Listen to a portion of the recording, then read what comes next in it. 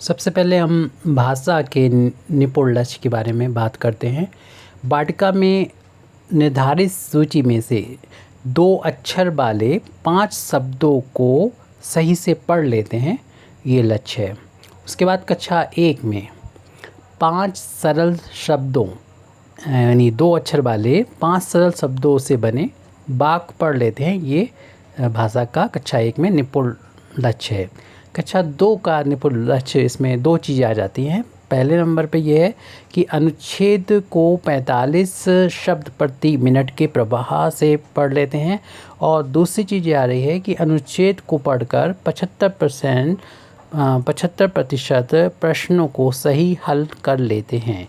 यानी पढ़ने की स्पीड अलग है, 45 शब्द प्रति मिनट है, और साथ साथ जो बड़ा है अनुच्छेद उसमें उसके जो प्रश्न हैं 75% प्रश्नों को हल कर लें। और ये जो सेकंड वाला है वो आपका कक्षा 3 का भी सेम वैसा ही रहना है, यानी लेकिन जो पहला पॉइंट है वो कक्षा 3 के लिए भाषा में वो ये है कि अनुच्छेद को 60 शब्द प्रति मिनट के प्रवाह से पढ़ लेते हैं, और दूसरा वही रहना है जो अभी पढ़ चुके थे, यानी कक्षा 2 के लिए जो था कि अनुच्छेद को पढ़कर 75% प्रश्नों को सही हल कर लेते हैं। तो ये तो हो गई भाषा के निपुण लक्ष्य के बारे में। अब हम लोग आते हैं गणित के निपुण लक्ष्य के बारे में। और गणित के निपुण लक्ष्य में सबसे पहले बाल वाटिका में इसमें 2 चीज़ें हैं।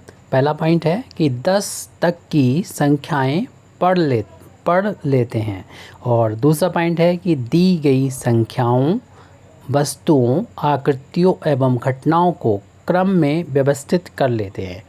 अब यहाँ पर कक्षा 1 का जो भाषा का निपुण लक्ष्य है वो ये है कि 1 अंकीय जोड़ एवं घटाव के 75% प्रश्नों को सही हल कर लेते हैं।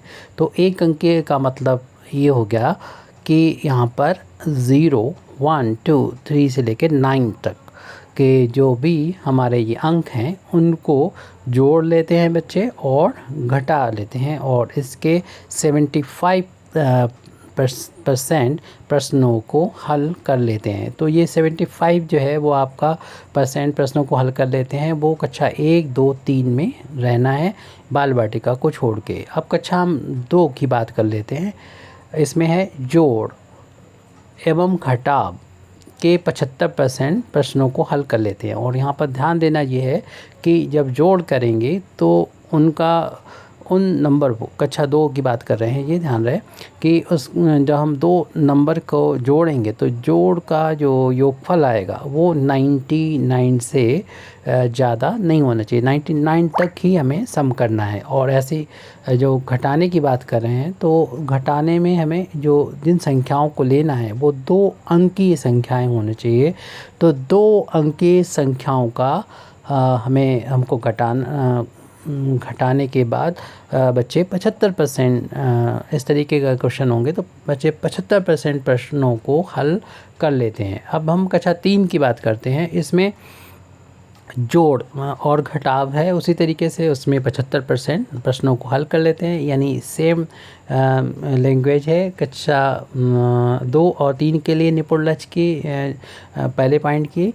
लेकिन यहाँ पर एक ये बात है इसमें कि जो कक्षा 2 में था वो तो योगफल आना चाहिए 99 तक, और जो कक्षा 3 है वो योग आना चाहिए 999 तक का जोड़ आना चाहिए। यानी जब जोड़ें 2 नंबरों को वो योगफल जो है वो 999 तक ही आए। और घटाने की अगर बात करें तो घटाने में हम यहाँ पर 3 अंकीय जो संख्याएं लेंगे वो घटाएं, और उसमें बच्चे 75% प्रश्नों को हल कर सकें। ये कक्षा 3 का पहला पॉइंट है निपुण लक्ष्य का। और और इसमें एक चीज़ और ध्यान रखें कि जो हम लोग कक्षा 2 की बात करें और कक्षा 3 की बात करें तो यहाँ पर 75% प्रश्नों को हल कर सकते हैं। तो ये तो चीज़ यहाँ पर कॉमन है, जोड़ और घटाव भी कॉमन है।